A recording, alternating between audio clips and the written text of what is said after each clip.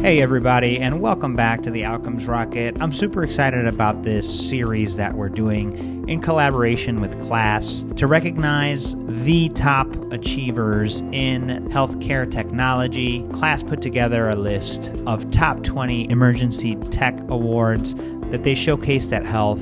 We were excited to meet many of the companies and really just wanted to collaborate in sharing the success and value that all of these companies are creating in the healthcare ecosystem. Join me in these series of interviews where we recognize the top 20 emergency tech awards.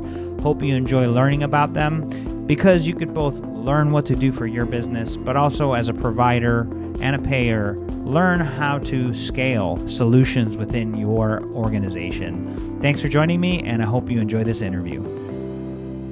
Hey everybody, welcome back to the Outcomes Rocket. I want to introduce our guest today. His name is Ittai Dayan.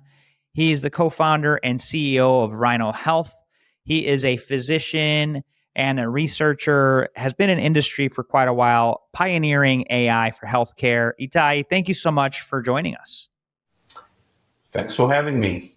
Such a pleasure to have you on. And by the way, folks, we're doing this as part of a series we're collaborating on with CLASS, honoring some of the companies and entrepreneurs that are most innovative in health technology. And Dr. Dayan and his team is one of those companies. Why don't you share with our listeners a little bit more about your company, Ittai, and some of the things that you guys are doing? Sure. So Rhino Health has developed a federated computing platform, which is an end-to-end data science platform for healthcare applications based on federated learning and edge computing technologies.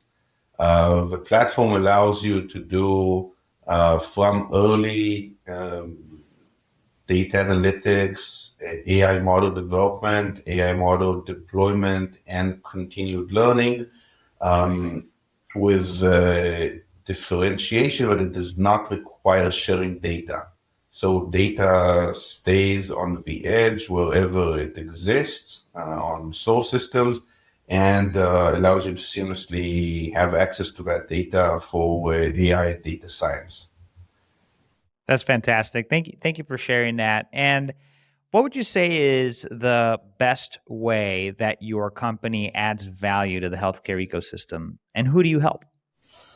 So we support researchers and developers both in industry and in academia and in healthcare organizations globally. We have over 40 hospital sites already connected to our network. We work with 3 out of 10 top biopharma companies in the world. We work with professional societies like the American College of Radiology and the International Consortium of Health Outcome Measures, as well as others, and have already hundreds of active users working on dozens of AI development projects concurrently. We bring value and improve outcomes in the sense that we allow larger, more diverse, more, call it fresh, with a higher freshness of a cadence of updating data to be used for product development and deployment. And we reduce the big obstacles today that involve costs of data migration, operational and regulatory risks, as well as the lack of a common platform. All of these slowing down the AI revolution in healthcare. We want to make sure that happens faster and also in a more responsible way. So I don't know if some of the viewers know, but recently there was a review that evaluated that most of the AI products in North America are created in 3 states out of the entirety of the US, meaning only few institutions that have large amounts of capital to invest in building infrastructure can actually participate in the AI development game. With Rhino, we have sites all across the US. We have sites in South America and Latin America.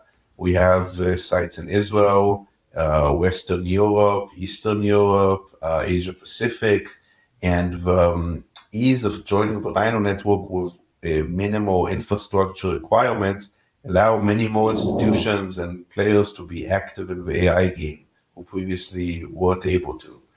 We're using technologies that are truly cutting edge, like federated learning in collaboration with NVIDIA and different cloud technologies with some of our cloud partners, and making these technologies accessible to institutions regardless of what kind of infrastructure we currently have. So you can go from kind of like a laptop up to a GPU-powered supercomputer. That's fantastic. So certainly doing your part to democratize AI and innovation. That's really interesting. The three state thing that you said. What are the three states? If I recall, it's California, New York, and Massachusetts. Interesting. Interesting. That's a very interesting fact, and it should not be restricted to just three states. And so, folks, thanks for a company like Rhino Health and the work that Ittai and his team are doing. It's possible now to innovate at scale. And so, as you think about how what you do is different than and better than what's out there today, what would you say is the key thing that differentiates you guys? Not needing to centralize data. Today, if you'd want to collaborate between different stakeholders, you need to centralize data into one environment, which would usually be cloud, and relinquish your absolute control over the data. We allow you to connect your data to a Rhino Edge device without transferring the data out. Why not to centralize data? I'd say one of the things is that it takes time. It creates a feeling and an absolute lack of control. It creates a lot of encumbrances with regulations. Am I conformant with HIPAA? Am I conformant with GDPR? Am I conformant with people and the California regulations?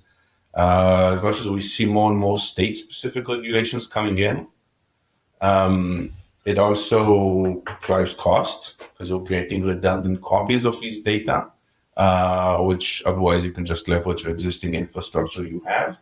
And the lack of having one conjoined platform makes this all into a very disjointed process. The data science and MLOps space in healthcare is very underdeveloped, which means that you need to use tools that aren't really useful necessarily, require a high degree of customization just in order to run a project. Whereas with Rhino, you already have a platform that's on one hand, it's highly customizable, but on the other hand, we've already provided off-the-shelf customizations that allow you to set up projects very quickly and efficiently without needing to kind of get a bunch of engineers and IT service administrators, etc., in order to set up something. Is there a services segment of the business, or is it a technology platform? Period. It's a bit similar to cloud adoption, whereas the cloud vendor provides you with infrastructure and certain platform enablers, but you need to implement something. We're a smaller company, so we do some of the implementations ourselves, and we don't kind of like rely on customers implementing it for themselves. But I'd say the mainstay of a business is a technology platform, not a services business. Got it. Thanks for sharing that. Well, look, it's definitely a fascinating technology, and it's exciting to know that there's an option like this for companies, for health systems, payers to leverage, to really kind of take advantage of the data that's out there. What closing thought would you leave our listeners with here, and where can they find out more about you and the company?